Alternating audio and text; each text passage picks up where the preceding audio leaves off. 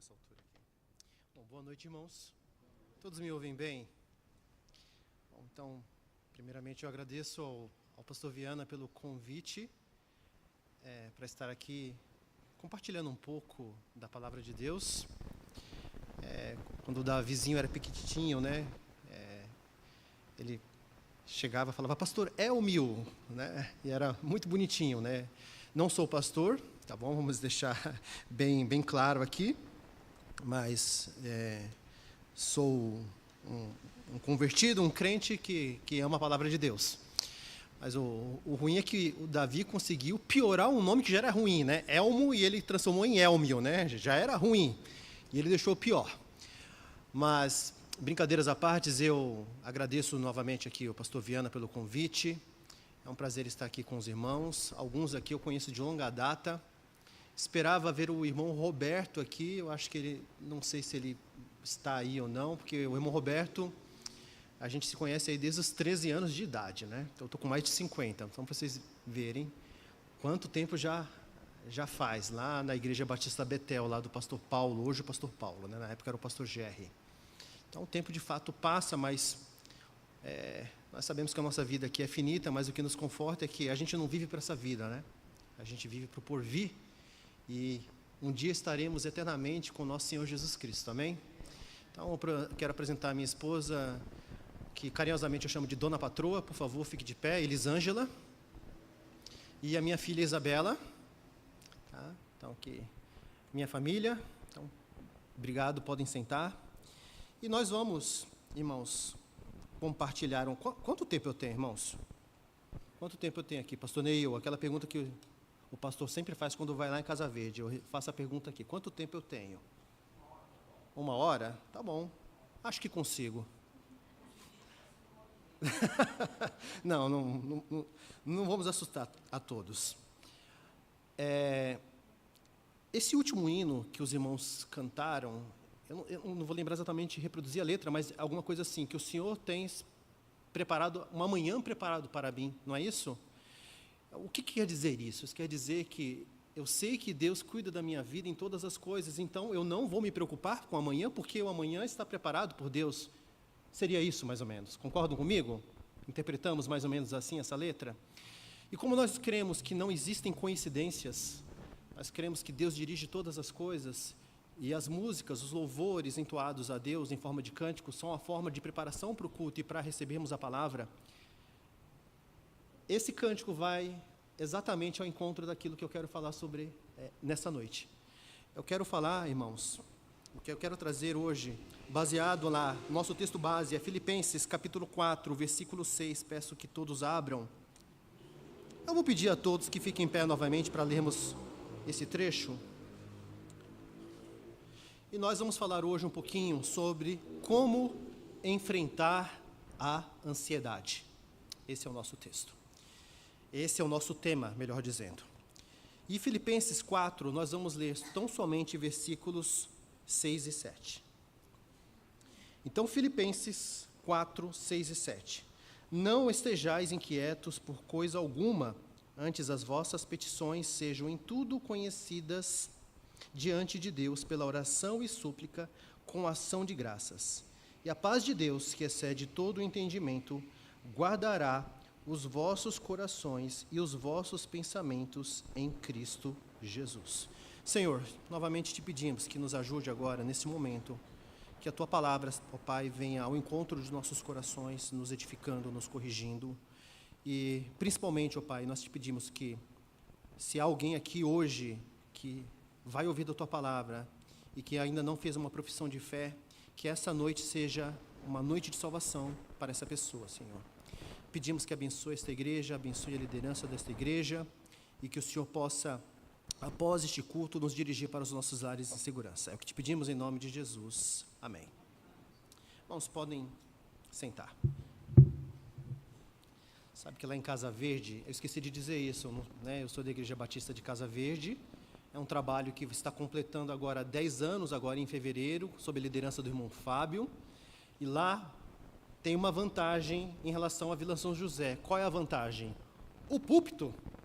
Porque o púlpito lá, a igreja é pequena, somos 45 membros.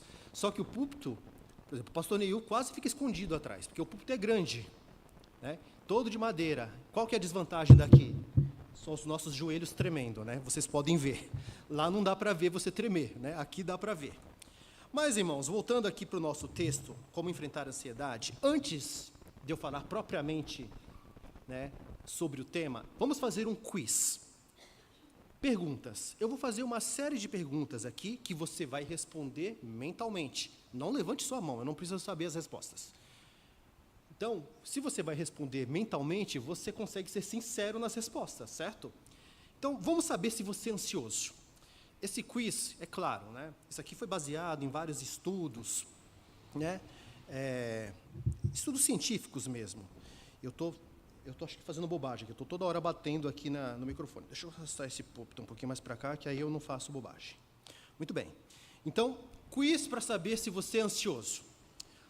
Primeira pergunta. Você tem medo constante e enxerga perigo em tudo? Eu já cairia nessa, né? Porque eu sou uma pessoa meio medrosa. Minha família me conhece. Eu sou que nem gato, sabe assim? Tudo eu penso assim, peraí, a gente vai para tal lugar? Onde vai ser? Onde que a gente vai parar? É muito isolado? Assim, eu sou uma pessoa meio assim. Infelizmente, eu já caí nessa pergunta aqui. Eu até brinco com a minha família que, se eu morrer de acidente, pode escrever na lápide, não adiantou nada. Porque não adianta o cuidado que eu tenho aqui, mas se Deus quiser, vai acontecer. Mas vamos lá. Você tem medo constante e enxerga perigo em tudo? 2. Você sofre com irritabilidade e mudanças de humor repentinas? 3. Você tem pensamentos obsessivos? 4. Você tem preocupações em excesso? 5. Você tem dificuldades em relaxar? 6. E é claro, essa primeira parte aqui a gente não aplica para os crentes, né? Eu entendo que nenhum convertido vai, penso eu, né? Como diz o pastor Viana, o pecado que aqui ele cometeu, o pior pecado eu posso cometer, mas nem vou considerar para vocês que são convertidos, né? Utilizar álcool, drogas ou comida em excesso. Comida em excesso, talvez a gente já caia nisso aqui, né? Ou comida em excesso para aliviar a ansiedade. Você não consegue se entusiasmar com nada? Você se sente muito emotivo? Você se sente desvalorizado como pessoa? Tem a boca seca? Tremores? Sudorese? Falta de apetite? Coração acelerado? Insônia e alterações de sono? Respiração ofegante, falta de ar sem ter feito esforço físico? Então foram 16 perguntas aqui para medir mais ou menos o seu nível de ansiedade. Você respondeu mentalmente aí? Só me diga se você respondeu mentalmente. Respondeu? Ok, 3. 3 levantaram a mão.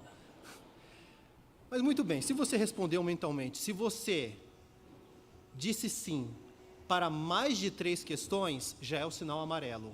De 5 em diante, você já reprovou. Você é uma pessoa ansiosa. Essa água é para mim, certo? Você é uma pessoa ansiosa. E existem estudos, irmãos, que dizem que a ansiedade é o mal do século junto com a depressão.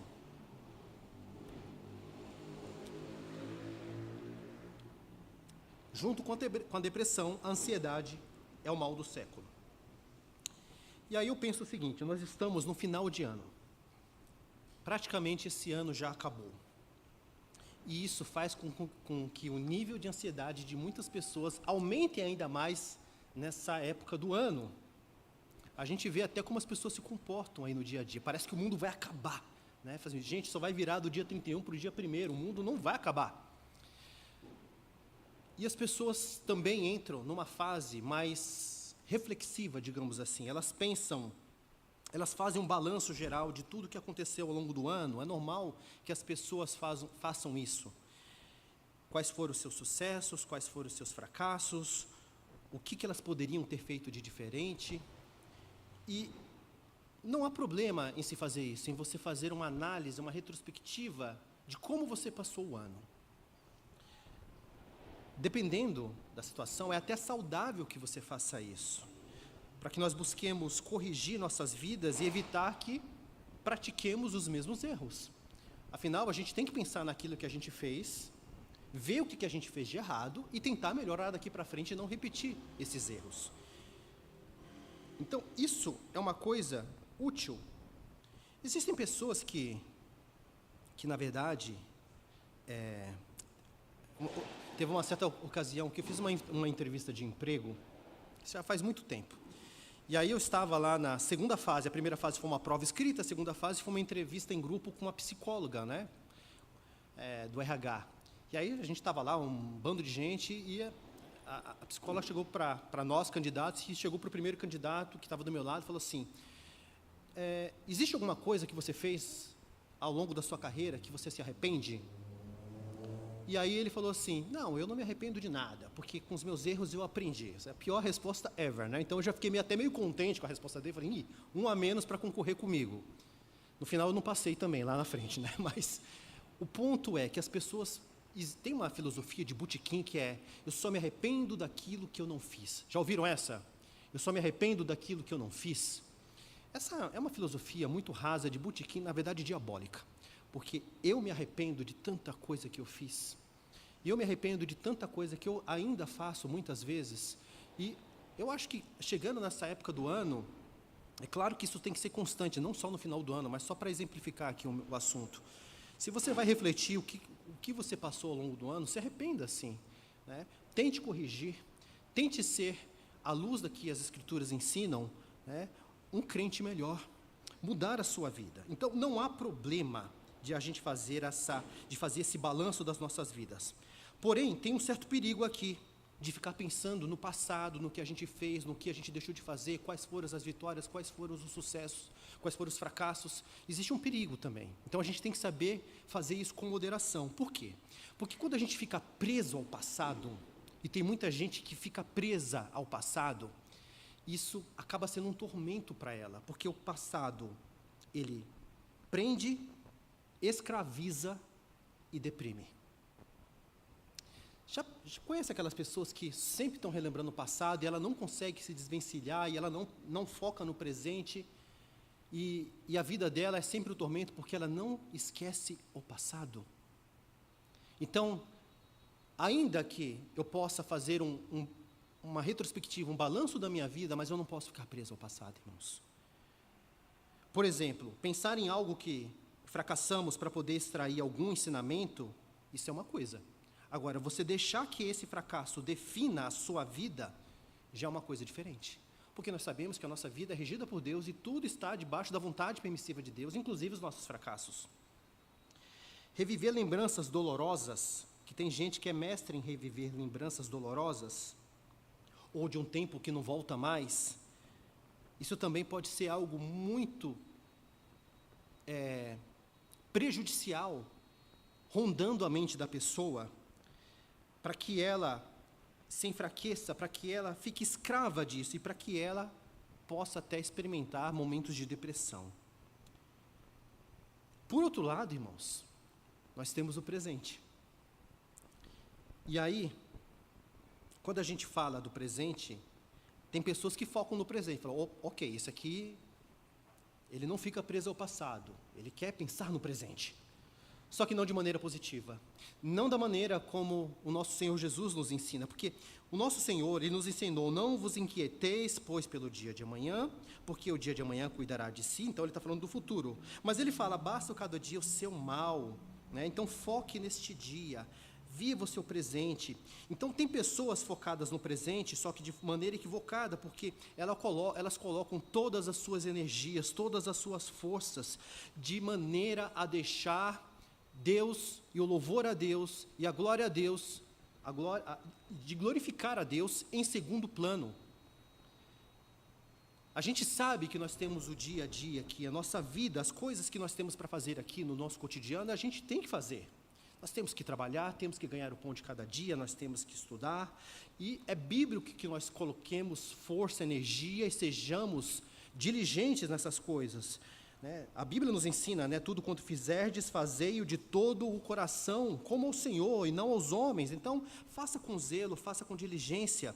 Mas a Bíblia, ela não nos ensina a vivermos em função das coisas deste mundo. E tem crentes desperdiçando a sua vida porque elas vivem focadas no presente, visando as coisas deste mundo. E este é o grande erro. E pessoas que vivem no presente, buscando as coisas deste mundo, de maneira a perder, porque a palavra aqui é moderação, né? Nós temos que trabalhar, temos que nos aplicar, temos que estudar, a gente tem uma vida para tocar, mas a Bíblia nos ensina que tudo que a gente tem que fazer é com moderação. Se eu perco o equilíbrio aqui, isso vai trazer um malefício para a minha vida. E quando a gente vê pessoas que focam muito no presente dessa maneira, isso causa um grande estresse emocional muito forte na vida dessas pessoas. E por fim, há aqueles que se preocupam com o futuro, de forma exagerada. O que vai ser da minha vida amanhã? E se eu perder o emprego? E se eu ficar doente? E se alguém da minha família morrer? E assim por diante, causando grande ansiedade. Percebe? Então, a gente pode errar em todos os aspectos, ficar preso ao passado, ter excesso de presente e preocupar com o futuro, de maneira, tanto o excesso de passado, como de presente, como de futuro. Tudo isso pode ser muito prejudicial.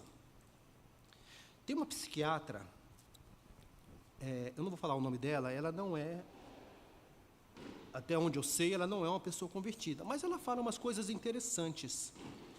E ela disse o seguinte: ela fez uma definição muito interessante sobre passado, presente e futuro. Ela diz o seguinte: depressão, ela faz a seguinte conceituação: depressão é excesso de passado, estresse é excesso de presente e ansiedade é excesso de futuro. Perceberam? Ela tem razão. Ela tem razão. E aí eu pergunto, em qual desses você se enquadra? Excesso de passado, excesso de presente ou excesso de futuro? Ou de repente você está com o pé em mais de um desses, ou talvez nos 3. Irmãos, se esse é o nosso caso, você precisa rever a sua vida à luz do que nos ensina a palavra de Deus. E a verdade é que, seja em maior ou menor escala, a gente sempre tem um pezinho num desses, não é verdade? A gente sempre tem.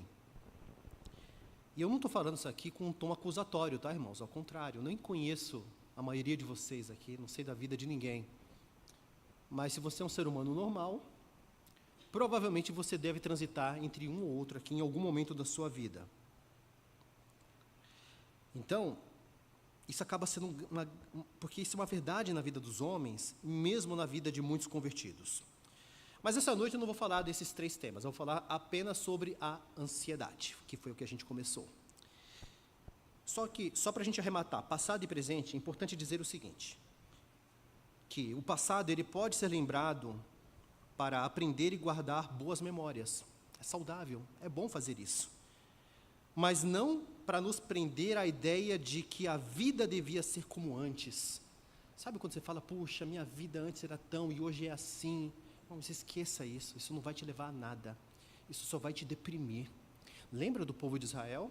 Quando o povo de Israel estava no Egito, escravo, e Moisés foi lá, a mando de Deus, para libertar o povo, e o povo foi libertado pelo poder de Deus de forma miraculosa. Todos conhecem a história aqui, né? E aí, em determinado momento, o que o povo fez? Porque se a gente estivesse no Egito, lá tinha as cebolas, os pepinos, os alhos, a comida. Vamos voltar, vamos levantar capitães e vamos voltar para o Egito. Ficaram presos ao passado, e era uma vida de escravos, eles não eram livres. Mas numa situação ali apertou eles, momentaneamente, e eles já desesperaram, e a primeira coisa que eles fizeram foi invocar o passado. Grande erro. Então, se você tiver que lembrar do passado, lembre com carinho. A gente pode fazer isso. Lembrar de um tempo em que, como a gente brincou aqui, né, que a gente lembrou do Davi me chamando de pastor Elmio, né, eu penso com carinho em situações assim. Ou até mesmo, minha mãe que já partiu, lembro dela, penso com carinho, né? Não fico preso, puxa, não tenho mais mãe, puxa, que coisa, né? Especialmente por eu ser crente, minha mãe também ter sido uma convertida, isso é triste, né, quando os nossos entes queridos partem, mas a gente tem uma viva esperança de encontrá-los novamente. Então isso deveria ser suficiente para você. Quanto ao presente, o presente ele merece ser vivido com cuidado, irmãos, com zelo, com dedicação, sim, com empenho, mas sempre glorificando a Deus pelo tempo que Ele te dá. Aproveite o tempo que Ele te dá. Não permita que o dia a dia te consuma por completo e te cause aborrecimentos ao invés de alegrias. E é o que o presente causa na vida de muitas pessoas. Excesso de presente, estresse. Então, nos sobra ansiedade, que nós vamos falar um pouquinho mais essa noite. Eu fiz o quiz sobre ansiedade. Agora nós vamos definir o que é ansiedade, pelo dicionário. Eu gosto muito de significado das palavras, né? Então, eu sempre pego assim os significados para ver exatamente o que o dicionário diz. Então, ele traz 3 significados. Primeiro significado sobre a palavra ansiedade. O que é ansiedade? 1. Comoção aflitiva do espírito que receia que uma coisa suceda ou não, que aconteça ou não. Entenderam? É uma comoção aflitiva de espírito que receia se uma coisa vai acontecer ou não. Ok? Estão comigo? Segundo significado, sofrimento de quem espera o que é certo vir. E aí você tem aí, junto com a ansiedade, a impaciência. Você tem uma viagem para fazer. A gente tem... imagina, os adolescentes são mais craques nisso, né? Não que a gente não cometa esse erro, mas quando você fala para um adolescente, a gente vai viajar mês que vem para tal lugar. Enquanto esse mês não chega, puxa vida, né? Parece que o mundo vai acabar e o mês não chega, aí de repente o mês já chegou, já acabou, já voltou, já está em casa e não tem mais viagem, né? Então, o sofrimento de quem espera o que é certo vir. E terceiro significado, perturbação psicológica caracterizada pela expectativa de um perigo perante o qual se sente indefeso. Mas eu quero trazer a definição trazida pela Bíblia. E é claro, né, a Bíblia não traz um glossário dizendo assim, ansiedade é. Então, a gente interpreta as Escrituras e traz o conceito, né? São os princípios que a Bíblia nos traz que nos faz chegar a uma conclusão e extrair esse conceito. Então, o que é ansiedade segundo a Bíblia? A ansiedade, irmãos, ao nós analisarmos, segundo a Bíblia, ao analisarmos aqui os textos bíblicos, nós podemos dizer que ela é a falta de confiança em Deus. Então, eu vou repetir. Ansiedade é a falta de confiança em Deus. A Bíblia nos ensina a confiarmos no Pai. Não porque Ele vai nos dar todas as coisas, mas porque Ele vai cuidar de nós. Isso é uma promessa. Nós temos a promessa de Deus que Ele vai cuidar de nós a todo tempo. Mas não que Ele vai satisfazer todos os nossos desejos. Então, diante disso, nós podemos afirmar que a ansiedade ela é diametralmente oposta à fé cristã. Então, ela é totalmente oposta à fé cristã, a ansiedade. Lá em Mateus 6, 25 a 32, vamos lá. Mateus, capítulo 6, versículos 25 a 32.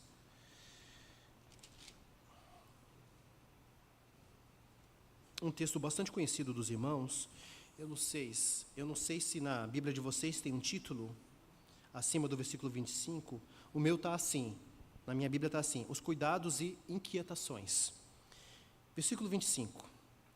Por isso vos digo, não andeis ansiosos quanto à vossa vida, pelo que haveis de comer ou pelo que haveis de beber, nem quanto ao vosso corpo, pelo que haveis de vestir. Não é a vida mais do que o mantimento e o corpo mais do que o vestuário? Olhai para as aves do céu, que nem semeiam, nem cegam, nem ajuntam em celeiros, e o vosso Pai Celestial as alimenta. Não tendes vós muito mais valor do que elas? E qual de vós poderá, com todos os seus cuidados, acrescentar um côvado à sua estatura? E quanto ao vestuário, por que andais ansiosos? Olhai para os lírios do campo, como eles crescem, não trabalham nem fiam. E eu vos digo que nem mesmo Salomão, em toda a sua glória, se vestiu como qualquer deles.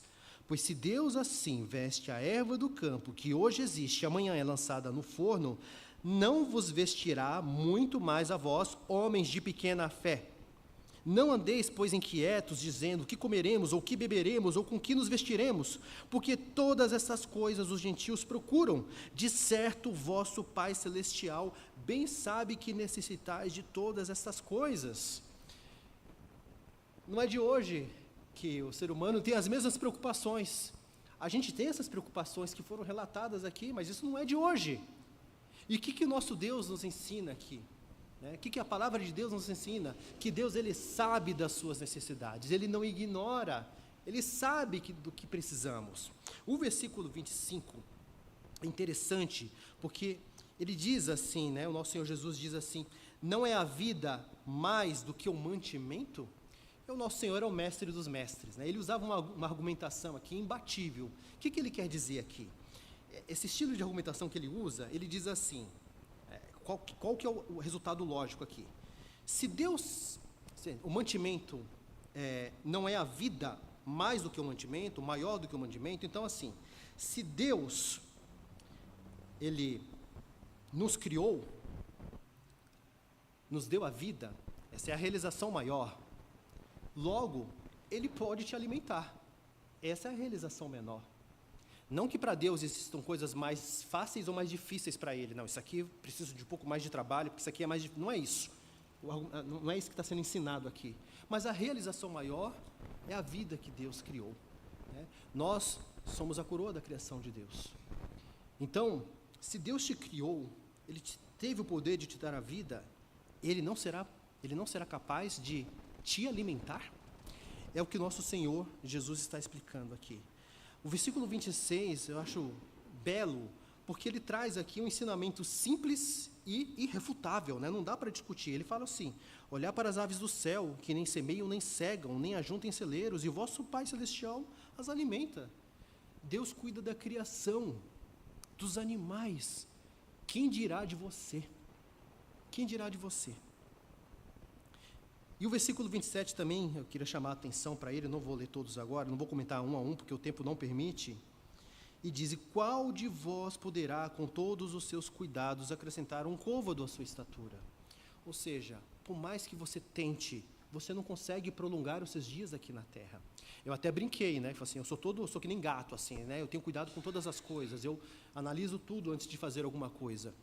Mas se Deus quiser, se for da vontade dele que eu morra, eu brinco lá em casa, Elisângela não gosta muito de voar, ela não gosta muito. Elisângela, se a gente tiver que morrer de avião, a gente vai morrer de avião, nem que caia um na nossa cabeça, mas a gente vai morrer de avião. Então, não adianta todas as preocupações que a gente traz para a nossa vida, não adianta que a gente faça, isso não vai aumentar o seu tempo de vida na terra, porque Deus é o mantenedor da vida, e Ele é que cuida de todas as coisas, amém? Então, alguns pontos aqui, irmãos, para avançarmos, para que possamos vencer a ansiedade. O que nós devemos fazer para vencer a ansiedade? Essas luzes aqui são quentes, Não são não? Elas não esquentam? Então sou só eu mesmo que estou nervoso, é isso? Tá certo, então, pastor Neil, muito obrigado.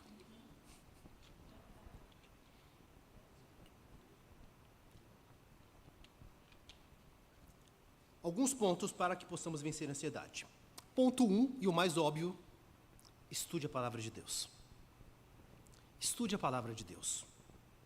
A palavra de Deus é a única capaz de nos ajudar em todas as situações da vida. Em todas, irmãos. Inclusive, quando estivermos com os nossos corações vacilantes e ansiosos. Jeremias 17, 7 e 8 diz: bendito o homem que confia no Senhor e cuja esperança é o Senhor. Você tem arraigado no seu coração que a sua esperança é o Senhor? Você espera realmente nele? Ou você se desespera? Como o povo de Israel se desesperou frente a uma pequena adversidade. Não, vamos voltar para o Egito. Você se desespera? Ou você confia em Deus? Porque ele será como a árvore plantada junto às águas, que estende as suas raízes para o ribeiro, e não receia quando vem o calor, mas a sua folha fica verde, e no ano de sequidão não se afadiga, nem deixa de dar fruto. Irmão, o calor vai vir, a dificuldade ela vai vir na sua vida. Todos nós passamos por dificuldades. Haverá anos de sequidão, mas se você for uma árvore, aquele que confia no Senhor, e vai ser como uma árvore plantada junto a um ribeiro, você não vai deixar que o calor e que a sequidão te abata. É isso que a palavra de Deus está ensinando aqui, que você precisa confiar para que você fique firme. Ele não está dizendo, percebe?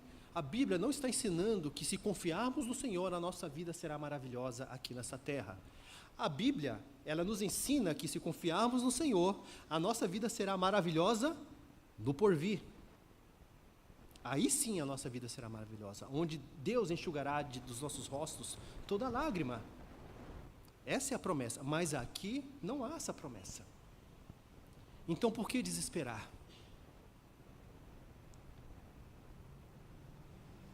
Provérbios 16, 3.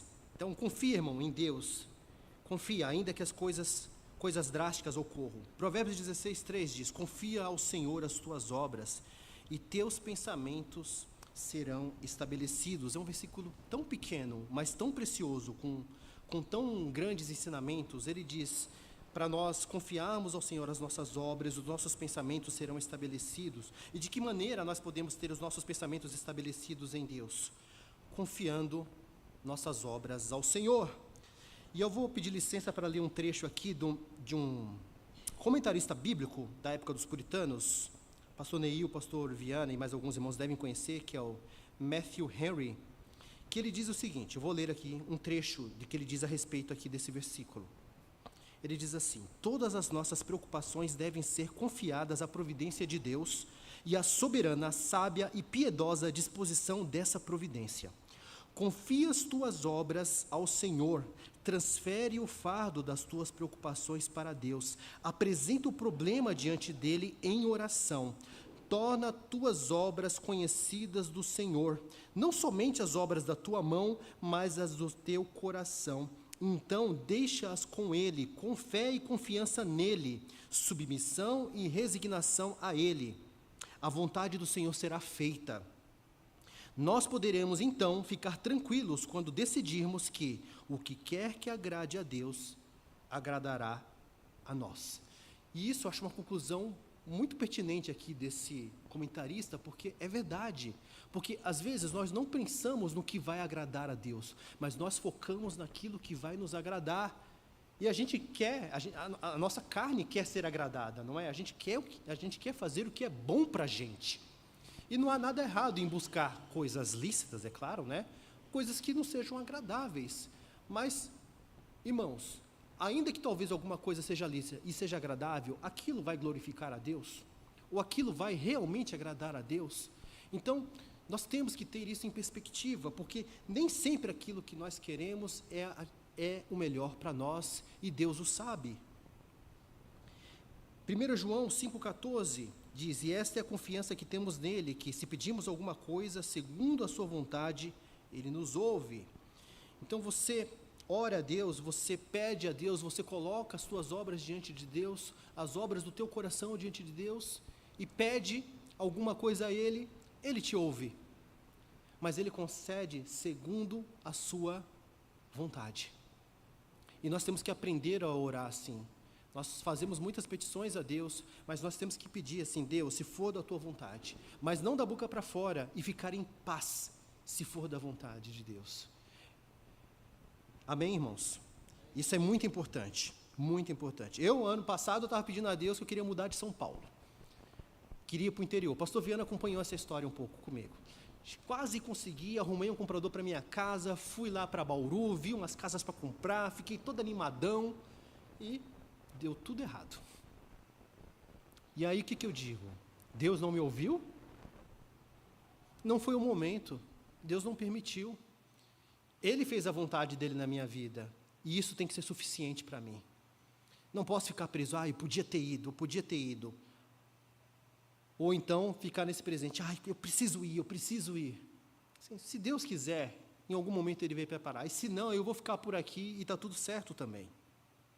E é essa que tem que ser a nossa disposição, porque é assim que nós firmamos ou demonstramos a nossa confiança em Deus. E 2 Coríntios 5,7 diz, porque andamos por fé e não por vista. Ou seja, você anda por fé ou você fica observando as circunstâncias que te rodeiam? Porque esse é um grande erro que nós cometemos muitas vezes. A gente fica de olho nas circunstâncias, de como está a nossa vida. Irmãos, eu sei que a vida pode ser desafiadora. Eu não estou aqui, sem conhecer nenhum de vocês, tentando minimizar o problema que vocês enfrentam, tá? Eu não conheço ninguém. Eu não faria isso. E eu sei que, assim como aqui em Casa Verde, Osasco, Bauru, todas as igrejas, né, as nossas igrejas co-irmã, nós temos irmãos que passam por sofrimentos sérios. E a gente não minimiza isso. Mas o que eu quero dizer é que, ainda que nós tenhamos ou passemos por adversidades, dificuldades e sofrimentos, a Bíblia nos ensina a nos mantermos firmes. Porque, ainda que estejamos sofrendo, o Senhor cuida de nós. Salmo 121:3 diz um pouco isso, fala, não deixará vacilar o teu pé, aquele que te guarda não tosquenejará. Ele não vai dormir, não vai cochilar, né? Imagina, Deus está aqui preocupado com o conflito no Oriente Médio, ih, esqueci o Elmo aqui, peraí, Elmo, deixa eu voltar aqui, não é assim. Ele tem as nossas vidas em suas mãos todo o tempo. Irmãos, Deus, Ele conhece cada detalhe da sua vida. Deus cuida de cada detalhe da sua vida. E é nisso que você precisa confiar. Perto está o Senhor de todos que o invocam em verdade. Salmo 145:18. Você tem buscado ao Senhor, você invoca o nome do Senhor, você busca estar presente, perto do Senhor, porque o Senhor está perto daqueles que o invocam. E se o Senhor está perto de você, Ele pode te ajudar e Ele vai te ajudar. O receio do homem armará laços, mas o que confia no Senhor será posto em alto retiro. Provérbios 29:25. Outro ponto aqui, muitas vezes, nós precisamos dar passos de fé. E dar passos de fé não é uma coisa muito fácil, honestamente falando. Não é fácil, muitas vezes. Mas é por isso que é fé. Porque se eu tenho certeza do que vai acontecer, não é fé. Já deixa de ser fé. Então, quando eu deixo de ter fé, eu tenho receio. E o meu receio pode me armar laços. Por quê? Porque quando eu tenho receios, eu tendo a buscar, a resolver a situação com o meu próprio braço, com as minhas próprias forças. Isso é um grande pecado. Porque nós não somos capazes de resolver nada sem a intervenção divina. E quando nós tentamos muitas vezes fazer isso, normalmente o resultado não é bom. Outro versículo aqui, Salmo 37:5-6 diz, entrega o teu caminho ao Senhor, confia nele e Ele tudo fará. E Ele fará sobressair a tua justiça como a luz e o teu juízo como o meio-dia. Novamente, falando sobre confiança, né? Quando a gente entrega o nosso caminho, todas as nossas preocupações, tudo aquilo que nós temos no nosso coração diante de Deus e deixamos aos seus pés, Ele nos ajuda. Sejam os vossos costumes, isso aqui é muito importante, né? Hebreus 13:5. Sejam vossos costumes sem avareza, contentando-vos com o que tendes, porque Ele disse, não te deixarei nem te desampararei. E aí, irmãos, é o seguinte, né? Às vezes nós ficamos ansiosos, porque a gente não se contenta com o que a gente tem. A gente quer mais da nossa vida. E eu estou dizendo que é um pecado você trabalhar, buscar melhorar de vida, não é isso que eu estou dizendo aqui. Mas o fato é que nós não somos chamados para isso. Não deve ser o nosso foco principal. A nossa prioridade está em louvar, em honrar e glorificar a Deus. E tem pessoas que, por não se contentarem com o que têm, elas se colocam em laços e vão complicando a sua vida, porque ela nunca está satisfeita. E se ela nunca está satisfeita, ela está sempre infeliz. Ela está sempre olhando, não, mas amanhã eu preciso ter um carro melhor, eu preciso ter uma casa melhor, eu preciso ter uma vida melhor, eu preciso ter não sei o quê. Nunca está bom. E isso acaba sendo um grande laço na vida dessas pessoas. Segundo ponto, eu falei que eram 3 só, né? Então já não vou demorar muito, já deu para perceber. Segundo ponto, e aí a gente volta para o nosso texto base, Filipenses 4:6. Agora eu peço que vocês vão lá comigo, né? Que eu disparei ler uns versículos aqui, mas agora eu peço que todos me acompanhem lá no Filipenses capítulo 4. Vamos reler, versos 6 e 7. Verso 6. Não estejais inquietos por coisa alguma, antes as vossas petições sejam em tudo conhecidas diante de Deus pela oração e súplica com ação de graças. E a paz de Deus, que excede todo entendimento, guardará os vossos corações e os vossos pensamentos em Cristo Jesus. Eu quero destacar aqui, tem 3 palavras aqui em destaque nesses 2 versículos: orações, súplicas e petições, que nós colocamos tudo no mesmo bojo, né? Tudo são sinônimos de oração. E não está errado você usar petição como sinônimo de oração ou súplica como sinônimo de oração. Mas eu entendo, irmãos, e aqui você não precisa concordar comigo, tá? Se você vê um pouquinho diferente, não tem problema. Mas eu entendo que oração é gênero, da qual súplicas e petições são espécies. Por quê? Porque oração é mais do que você ir lá e pedir alguma coisa para Deus. Oração, irmão, é uma atitude de adoração. Hoje eu falava com os jovens sobre isso, né? Eu falava justamente sobre isso. Ore a Deus, não só para pedir, mas ore, conte da sua vida, conte do seu dia, conte das suas aflições, né? Peça também se tiver que pedir, mas oração é adoração, e a oração é uma forma que nos leva a termos comunhão com Deus. E o grande exemplo disso, e oração é importante, e às vezes a gente negligencia isso. Às vezes a gente tem aquela oração mais relâmpago, né? Sempre na hora de almoçar, na hora de jantar, na hora de tomar café, e na hora de dormir, talvez na hora que acorda, né? Nesses horários. Na hora que acorda, na hora de tomar café, na hora de almoçar, na hora de jantar e na hora de dormir, né? Mas aquela oração mesmo, de você tirar um tempo para levar a Deus, né? Colocar diante dele as tuas obras, o teu coração, às vezes a gente negligencia de vez em quando, não é verdade? Então, nosso Senhor, Ele ensinava o quanto isso é importante, nosso Senhor Jesus Cristo. Eu não preciso comigo, eu vou só ler aqui rapidamente aqui. Marcos 1,35 diz: E levantando-se de manhã, muito cedo, fazendo ainda escuro, saiu e foi para um lugar deserto e ali orava. Nosso Senhor Jesus Cristo. Outra, Lucas 3,21. E aconteceu que, como todo o povo se batizava, sendo batizado também Jesus, orando ele, o céu se abriu. Mais uma passagem, Lucas 6,12. E aconteceu que naqueles dias saiu ao monte, Jesus, né, falando de Jesus, ao monte a orar, e passou a noite em oração a Deus. Olha só, o próprio Senhor Jesus, Deus Filho, orando ao Deus Pai. Então, é importante que oremos, é importante que nós tenhamos esse momento para que Deus acalme nossos corações e amenize nossas ansiedades. Então, nós temos as súplicas, falei de oração, as súplicas têm relação direta com as necessidades, é aquilo que você vai suplicar a Deus, colocar suas necessidades diante dele, o que nos leva às petições, que são os pedidos. Então, nós fazemos os nossos pedidos a Deus. Sim, peça a Deus, peça aquilo que você necessita, peça aquilo que você precisa. E aí eu preciso fazer um ponto aqui, preciso fazer um ajuste aqui, um recorte. Lembre-se que necessidade é diferente de vontade. Às vezes, nós temos muitas vontades, mas que não são necessidades. Então, você tem que saber diferenciar isso na sua cabeça. E, às vezes, você acha que é uma necessidade, mas é só uma vontade. E o que é necessidade? Necessidade é tudo aquilo que é essencial para vivermos nossa vida aqui nesse mundo e crescermos na graça do nosso Senhor Jesus Cristo. Então, nós estamos falando desde coisas materiais a coisas espirituais.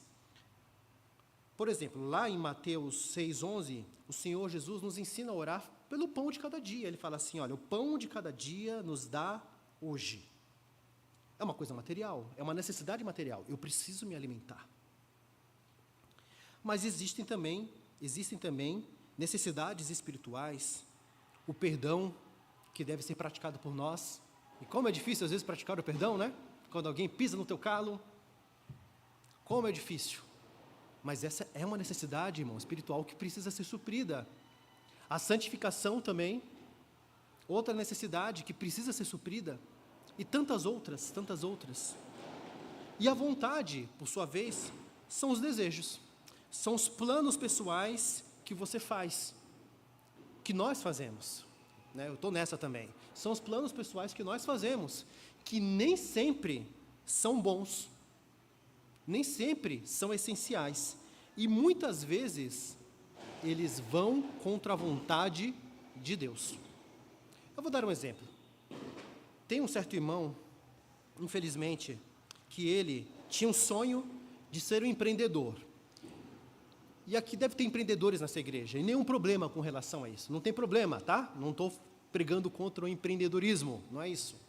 Mas esse irmão, ele queria ter uma pizzaria. Ele queria.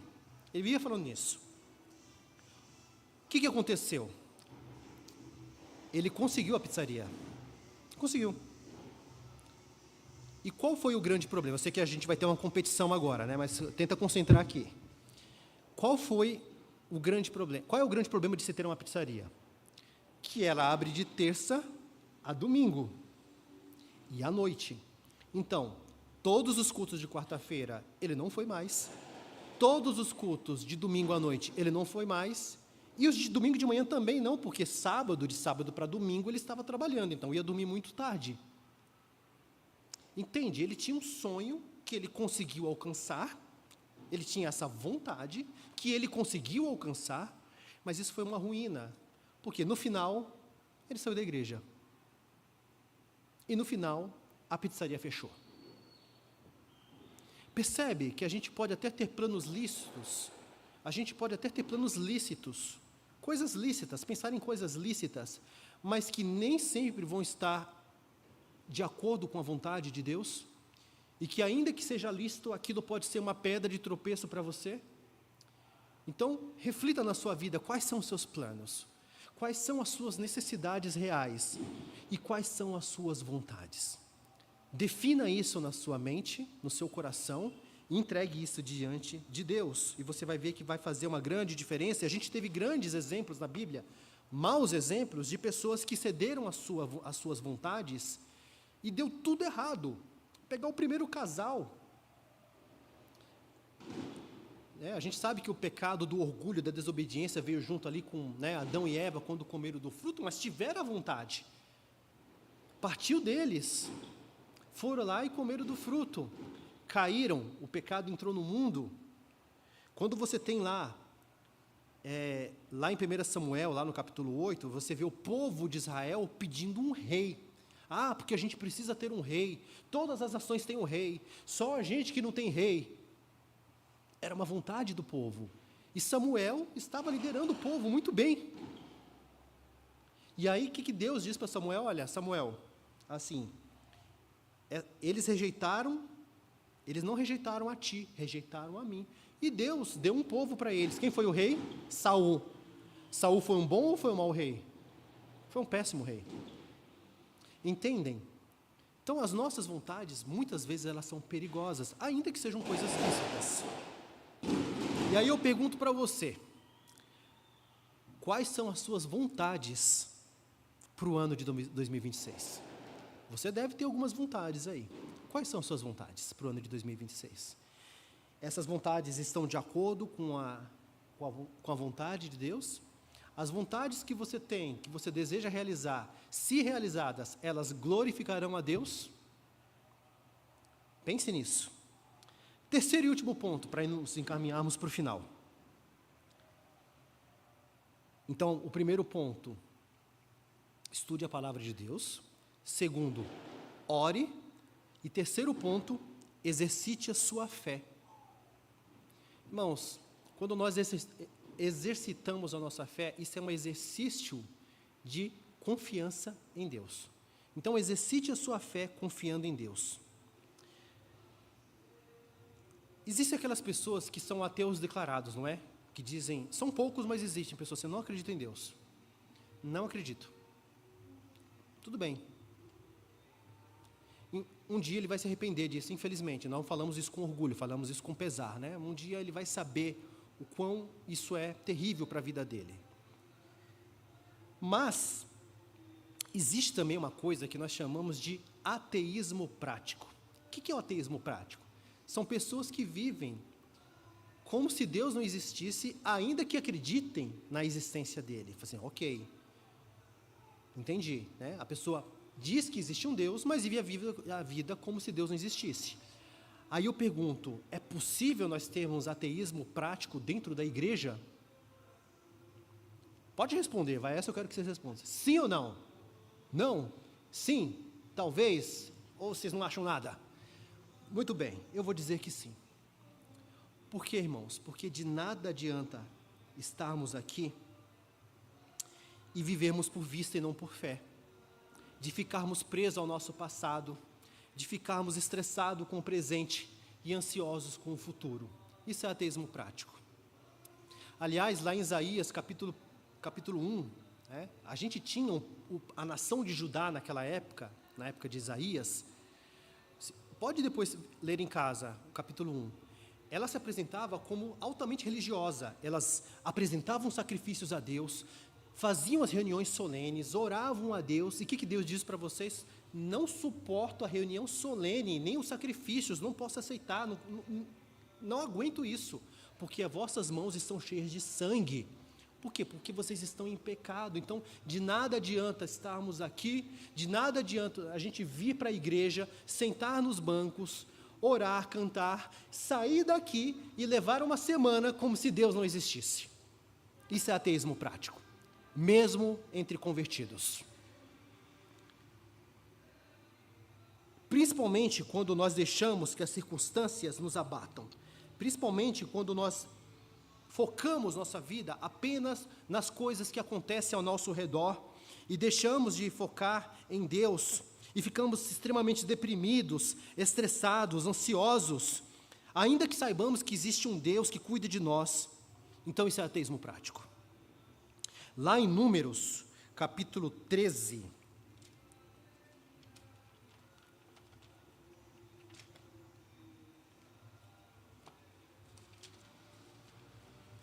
Números capítulo 13, nós vamos ler do versículo 33 até o versículo 4 do capítulo 14, é uma história bastante interessante, só para a gente pegar o contexto aqui.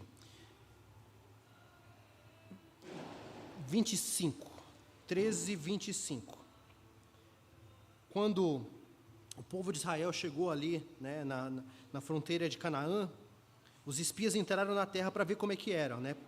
Então diz assim, e voltaram de espiar a terra ao fim de 40 dias, e caminharam e vieram a Moisés e a Arão e a toda a congregação dos filhos de Israel no deserto de Parã, em Cádiz, e deram-lhe notícias a eles e a toda a congregação, e mostraram-lhes o fruto da terra, e contaram-lhe e disseram, fomos à terra a que nos enviaste, e verdadeiramente mana leite e mel, e este é o seu fruto.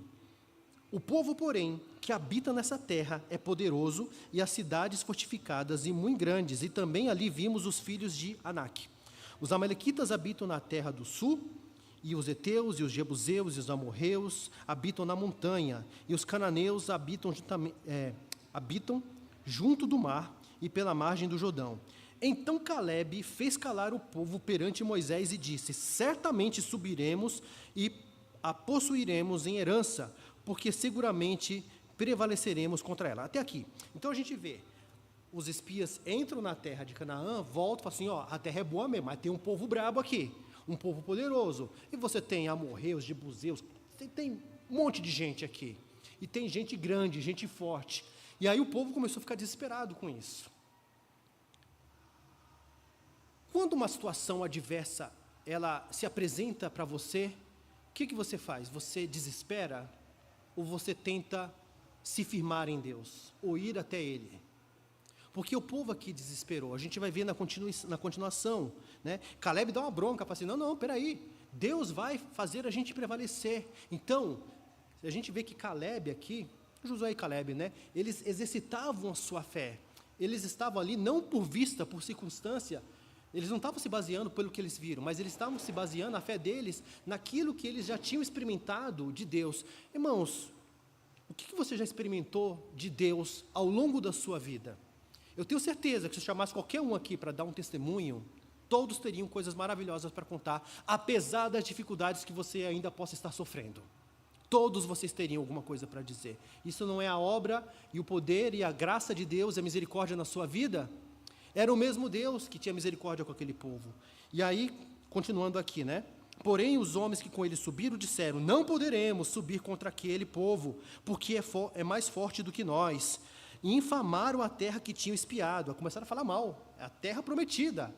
Falaram: não, isso aqui não vai dar certo. Não vale nada isso aqui. E, cadê? Infamaram a terra que tinha espiado, dizendo aos filhos de Israel: a terra pela qual passamos a espiá-la é terra que consome os seus moradores, e todo o povo que vimos nela são homens de grande estatura, e também vimos ali gigantes, filho de Anak, descendente dos gigantes, e éramos aos nossos olhos como gafanhotos, e assim também éramos aos seus olhos. Então toda a congregação levantou a sua voz, e o povo chorou naquela noite. Novamente, se entregaram ao desespero. É fácil a gente se entregar ao desespero, né? Quando a gente não confia em Deus. Então, se você está aqui, é porque você, de alguma forma, você professa confiar em Deus. Mas essa tua confiança vai ser provada no momento de adversidade, como foi aqui para o povo. E todos os filhos de Israel murmuraram. E aí o que acontece, né? Desesperaram e começaram a pecar. Não adianta nada. De que me adianta ir para a igreja? De que me adianta ficar lá e orar? De que me adianta isso ou aquilo? Começaram a murmurar. E aí, contra Moisés e contra Arão. E toda a congregação lhe disse: quem dera, olha aí, presos ao passado, né? De novo, quem dera tivéssemos morrido na terra do Egito. Lá era muito melhor. Por que a gente não ficou lá? Era melhor aquela época. Ou quem dera tivéssemos morrido nesse deserto. Ingratos, ingratidão, porque Deus susteve eles no deserto. E porque o Senhor nos traz a esta terra para cairmos a espada e para que nossas mulheres e nossas crianças sejam por presa, não nos seria melhor voltarmos ao Egito? Olha que ideia maravilhosa. Olha que ideia boa. Claro que não, né? Péssima ideia. Rebeldes contra Deus. Foram rebeldes aqui. E aí, versículo 4, e diziam uns aos outros: constituamos um líder e voltemos ao Egito. Grande pecado. O desespero aqui. Então, essa dúvida do povo de Israel, essa falta de fé, trouxe ali no meio deles instabilidade. Isso pode trazer a nossas vidas também, irmãos, instabilidade, inconstância, temor, ingratidão, murmuração e, consequentemente, pecado. Foi o que aconteceu aqui. A falta de confiança, de fé nas providências e no cuidado de Deus, nos leva a pecar contra Ele. Então, se você não confia em Deus, você corre um grande risco de estar pecando contra Ele. E quando nós não confiamos em alguém, o que a gente tende a fazer? A gente tenta resolver do nosso jeito. Então, se você não confia em Deus, se a sua confiança está vacilando, o perigo é que você tente resolver do seu jeito. E eu vou te dizer, o nosso jeito não é melhor que o jeito de Deus. Lá em Êxodo, capítulo 16, também nós temos uma outra história bastante interessante a respeito de falta de confiança no amanhã, de que Deus vai prover, de que Deus vai cuidar, como foi cantado aqui no início. Êxodo, capítulo 16, dos versículos 16 em diante, até o 20, a história quando Deus sustentou o povo com o maná. Deus mandou uma comida do céu chamada maná. E aí diz assim, 16, olha só, como a gente tenta garantir o futuro. É uma tendência natural do ser humano. A gente fala, tá bom, Deus está falando para confiar, mas assim, deixa eu tentar fazer a minha parte aqui, porque vai que Deus não consegue. Né? É isso que a gente faz muitas vezes. Olha só, essa é a palavra que o Senhor tem mandado. Colhei dele, do maná, né? Cada um conforme ao que pode comer. Um homer por cabeça, segundo o número das vossas almas. Cada um tomará para os que se acharem na sua tenda. E os filhos de Israel fizeram assim, e colheram uns mais e outros menos. Porém, medindo com o homer, não sobejava ao que colhera muito, nem faltava ao que colhera pouco. Cada um colheu tanto quanto podia comer. E disse-lhe Moisés: ninguém deixe dele para amanhã. Então tinha uma ordem, Não é para guardar, não é para estocar esse negócio. Não deixa para amanhã. A ordem de Deus qual é? Colhe hoje, come hoje. Amanhã é um outro dia. E aí o versículo 20, que interessante. Eles, porém, não deram ouvidos a Moisés. Antes, alguns deles deixaram dele para o dia seguinte, e criou bichos e cheirava mal. Por isso indignou-se Moisés contra eles. De novo, o homem tende a tentar resolver as coisas por sua própria força. Se Deus falou, pega essa porção, come, e amanhã vai ser um novo dia, obedece. Eles não obedeceram, porque eles queriam se garantir. Você já quis se garantir? Você já pediu alguma coisa para Deus, e talvez Deus não te deu, e você tentou fazer uma outra coisa para suprir aquilo? O resultado foi bom, se você conseguiu. Daqui a alguns dias, irmãos, vai se iniciar um ano novo. Todos vão festejar, celebrar, todos vão ficar contentes. Só que aí esse contentamento e essa esperança acaba no dia 2, né? Dia 2, volta tudo normal, acaba tudo. Porque essas pessoas, ou essas coisas, não são as coisas que de fato... Não estou falando que é errado você celebrar o ano novo, né? A gente passa a virada de ano entre nós. Uma comunhão entre os irmãos é bíblica. Mas eu estou falando quando a perspectiva está errada, né? Parece que agora tudo que importa é celebrar esse final de ano. Só que depois vira o dia 1º para o dia 2 e começa tudo de novo. Como é que vai ser do dia 2 em diante? E o meu trabalho, e minha saúde, e sei lá mais o quê. Começa tudo de novo. Agora, para nós que somos cristãos, que somos convertidos, que somos os santos de Deus, os separados para a sua glória no porvir, eu posso te dizer que talvez grandes provações possam vir às nossas vidas em 2026. Talvez um desemprego, talvez uma doença, talvez uma perda na família, mas o que vai nos diferenciar das pessoas do mundo é a forma como nós vamos lidar com essas situações, de maneira a não pecarmos contra Deus, sendo dependentes da sua graça e de sua misericórdia, para que Ele nos ajude nesses momentos difíceis, e depositando a nossa confiança nele a todo tempo, porque Ele verdadeiramente cuida de seus filhos.